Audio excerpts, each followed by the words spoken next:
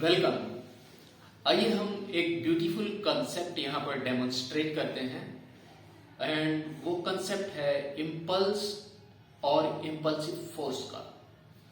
आइए हम यहाँ पे देखते हैं कि actually what is impulse and impulsive force. हम जानते हैं कि जब भी दो ऑब्जेक्ट्स के बीच में, दो बॉडीज के बीच में कोलिजन होता है तो दोनों एक दूसरे पर फोर्स लगाती हैं। बहुत ही छोटे समय के लिए अगर दो ऑब्जेक्ट्स के बीच में कोलिजन हो रहा है और फोर्स लग रहा है एक दूसरे पर, तो ऐसे फोर्स को इम्पल्सिव फोर्स कहते हैं। लाइक सी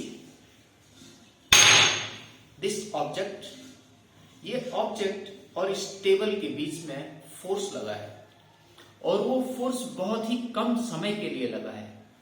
इस ऑब्जेक्ट ने इस टेबल पर फोर्स लगाया और इस टेबल ने इस ऑब्जेक्ट पर फोर्स लगाया और ये काफी कम समय के लिए लगा है। इस टाइप के फोर्सेस को इम्पल्सिव फोर्स कहते हैं। एक दूसरा कोलिजन,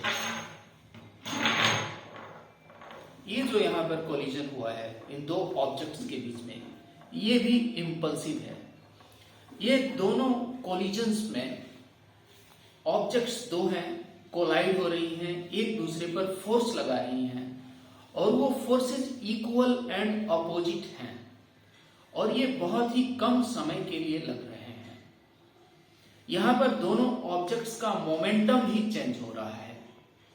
इस टाइप के फोर्सेज ही इम्पल्सिव फोर्सेज हैं और जितने टाइम के लिए दोनों कोलाइड कर रही हैं और जो फोर्स लग रहा है, मानते हैं कि F फोर्स लग रहा है, तो फोर्स इनटू टाइम ही इम्पल्स होता है और ये वास्तव में चेंज इन मोमेंटम के बराबर होता है, किसी भी ऑब्जेक्ट के चेंज इन मोमेंटम के।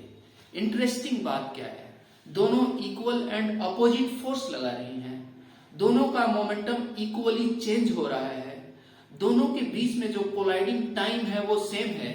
अब यहां पर बात बहुत ही सिंपल हो जाती है। तो हम कह सकते हैं कि फोर्स इनटू टाइम, जितना समय कोलिजन का रहा है उसी को इम्पल्स कहते हैं और इस कोलिजन के चलते चेंज इन मोमेंटम होता है दोनों बॉडीज में।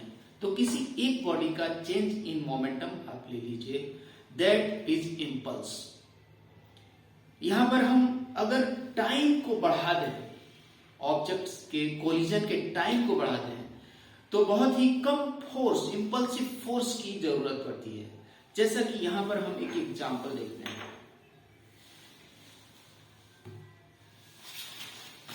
ये हमारे पास एक एयर फिल्ड बैग है, इस पर हम इस ऑब्जेक्ट से कोलाइड कराने वाले हैं।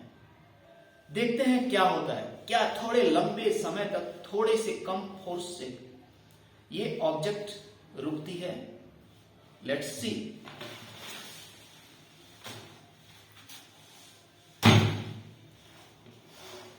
एक बार और देखते हैं।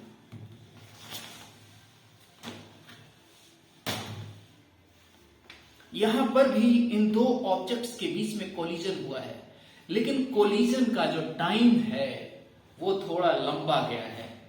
जब टाइम लंबा गया है तो यहां पर फोर्स कम अप्लाई हुआ है दोनों ऑब्जेक्ट के बीच में। इस तरह से हम देख सकते हैं कि सेम मोमेंटम चेंज प्राप्त करने के लिए अगर हम टाइम को बढ़ा दें, फोर्स इनटू टाइम वाला जो टाइम है उसको हम बढ़ा दें, तो फोर्स, जो इम्पल्सिव फोर्स है उसकी वो कम रहता है या कम रखा जा सकता है या कम किया जा सकता है।